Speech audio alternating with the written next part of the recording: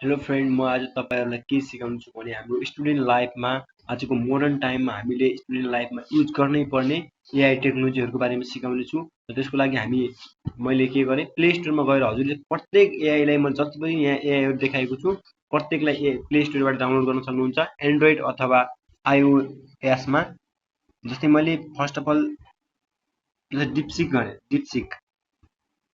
डिपसिक AI छ। यो भनेको एउटा के हो, जेनेरेटिभ एआई हो जसले के गर्छ, टेक्स्टहरू इमेजहरू जेनेरेट गर्ने काम गर्छ। जस्तै डिपसिक रहेको छ, मैले डाउनलोड गरिसकेको छु र तपाईँले डाउनलोड गरेर इन्स्टल गर्नुहोला। त्यसपछि तपाईँले यहाँ जुनसुकै कुराहरू सोध्न सक्नुहुन्छ, आफूलाई नजानेका कुराहरू जुनसुकै ल्याङ्ग्वेजमा पनि के गर्न सक्नुहुन्छ, सोध्न सक्नुहुन्छ। यो एउटा इम्पोर्टेन्ट एआई रहेको छ। र नेक्स्ट हाम्रो सिमिलरली रहेको च्याट जिपिटी। तपाईँले यसलाई प्ले स्टोरमा गएर इन्स्टल गर्न सक्नुहुन्छ, इन्स्टल गरेर आफ्नो एकाउन्ट बनाएर के गर्न सक्नुहुन्छ, युज गर्न सक्नुहुन्छ। यो पनि एउटा के हो त, जेनेरेटिभ एआई हो। यसको थ्रु हामीले के गर्न सक्छौँ त, थुप्रै खालका कामहरू गर्न सक्छौँ। जस्तै टेक्स्ट जेनेरेसन गर्नेदेखि लिएर हामीले के गर्न सक्छौँ त, इमेज जेनेरेसनदेखि लिएर थुप्रै कामहरू गर्न सक्छौँ। सिमिलरली अर्को रहेको छ गुगल जेमिनाई रहेको छ। यसको थ्रु पनि हामीले के गर्न सक्छौँ त, टेक्स्टहरू इमेजहरू जेनेरेट गर्न सक्छौँ। यसमा हामीले नबुझेका कुराहरू अपलोड गरेर, जस्तै मैले इमेज अपलोड गर्न चाहेँ भने इमेज अपलोड गरेर यसको बारेमा डिस्क्राइब गर्न पनि सक्छु। यसरी डिस्क्राइब गर्न सकियो। सिमिलरली भिडियोजहरू अपलोड गर्न सकियो, ग्यालेरीहरू, फाइल्सहरू, ड्राइभहरू, थुप्रै कामहरू यसबाट के गर्न सकिन्छ त, अपलोड गरेर हामीले नबुझेका कुराहरू बुझ्न पनि सक्छौँ र सर्च गरेर खोज्न पनि सक्छौँ। जस्तै मैले वाट इज कम्प्युटर भनेर सोधेँ, वाट इज कम्प्युटर भनेर सोधेँ। यसले के गर्छ, क्विकली रिप्लाई दिन्छ। तपाईँले जुनसुकै ल्याङ्ग्वेजमा पनि सोध्न सक्नुहुन्छ र छिटो रूपमा के गर्न यसको एन्सरहरू पाउन सक्नुहुन्छ। नकुराहरू यसमा दिइरहेको छ, यसले हामीले के गर्न सक्छौँ, युज गर्न सक्छौँ। परप्लेक्सिटी एआई रहेको छ। एआई कसरी युज गर्ने यसको बारेमा सिकाउँछु। तपाईँले यसको लागि आफ्नो एकाउन्ट बनाउनु होला। एकाउन्ट बनाउनलाई सुरुमा जुन प्रोसेस हुन्छ, जस्तै इमेल आइडी चाहिन्छ। इमेल आइडी दिइसके युजर नेम चाहियो। त्यसपछि हामीले के गर्न सक्छौँ त, लगइन गरेर यसलाई एक्सेस गर्न सक्छौँ। त्यसको लागि यो एआईले के काम गर्छ, जस्तै यो एआईले थुप्रै कामहरू गर्छ। यसमा तपाईँले मल्टिपल काम गर्न सक्नुहुन्छ अरू एआई भन्दा। जस्तै तपाईँले यसमा टेक्स्ट जेनेरेसनदेखि लिएर इमेज जेनेरेसनदेखि लिएर न्युज जस्तै थुप्रै कुराहरूलाई हेर्न सक्नुहुन्छ र वेब लिङ्कहरूलाई पनि यसको थ्रु एक्सेस गर्न सक्नुहुन्छ। जस्तै मैले वाट इज कम्प्युटर भनेर सोधेँ। वाट इज कम्प्युटर भनेर सोधेँ। यसले के गर्छ त, क्विकली तपाईँलाई एन्सर जेनेरेट गरेर दिनेछ।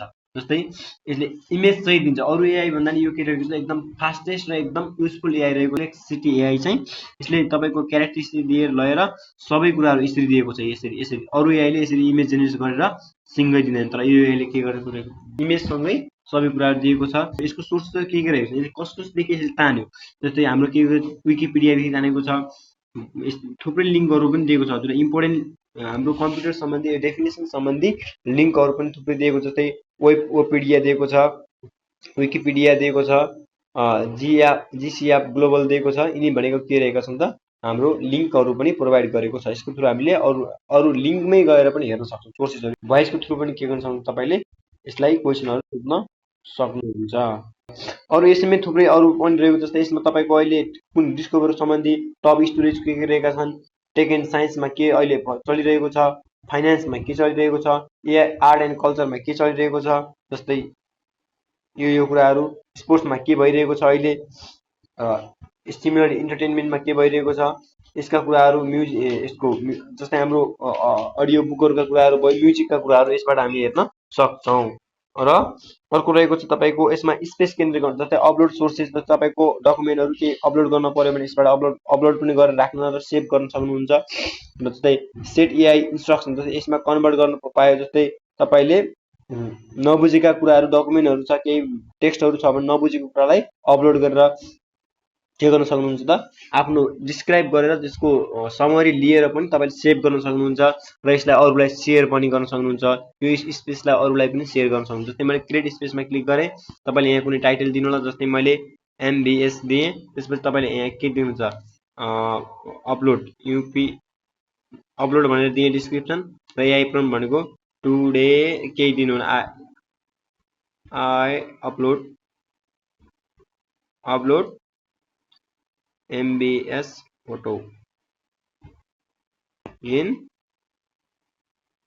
फेसबुक दिएँ ल मैले यो दिएँ क्रिएट गर्नुहोस् क्रिएट गरिसकेपछि तपाईँले अब यसमा सोध्नुहुन्छ हाउ टु अपलोड भनेर सोध्नु त ठ्याक्कै त्यही रिलेटेड लिङ्क त्यही रिलेटेड टेक्स्टहरू दिन्छ हाउ टु अपलोड मैले फेसबुकमा भनेको थिएँ अब फेसबुक सम्बन्धी दिने भयो यसले जस्तै फेसबुक सम्बन्धी यसले दियो थुप्रै दिएको छ जस्तै फेसबुक सम्बन्धी यसले के दिएको छ त्यस्तै रिलेटेड टेक्स्टहरू पनि दिएको छ है त यसरी हामीले युज गर्न सक्छौँ यसलाई सेयर गर्न पनि सकियो यसरी के गर्न सकियो त सेयर गर्न पनि सकियो कपी गरेर अनि यसलाई के गर्न सकिन्छ रिमुभ पनि गर्न सकियो प्राइभेसी पनि गर्न सकियो है त डिलिट पनि गर्न सकियो र ब्याक आएँ म यसको तपाईँले यहाँ रहेको छ यहाँबाट पनि गर्न सक्नुहुन्छ जस्तै तपाईँले सेयर गर्न पर्यो भने ओनर चाहिँ म रहेको छु यसरी गर्न सक्नुहुन्छ र यसलाई डिलिट गर्न पर्यो भने डिलिट पनि गर्न सक्नुहुन्छ जस्तै सिमिलरली अरू रहेको जस्तै तपाईँले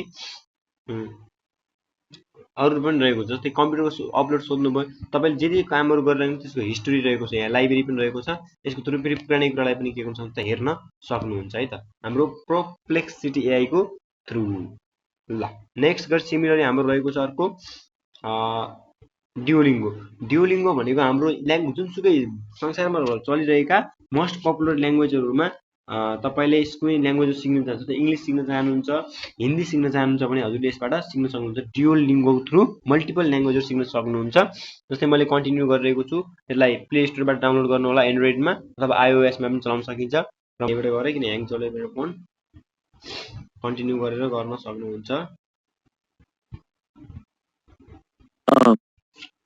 गरेँ नेक्स्ट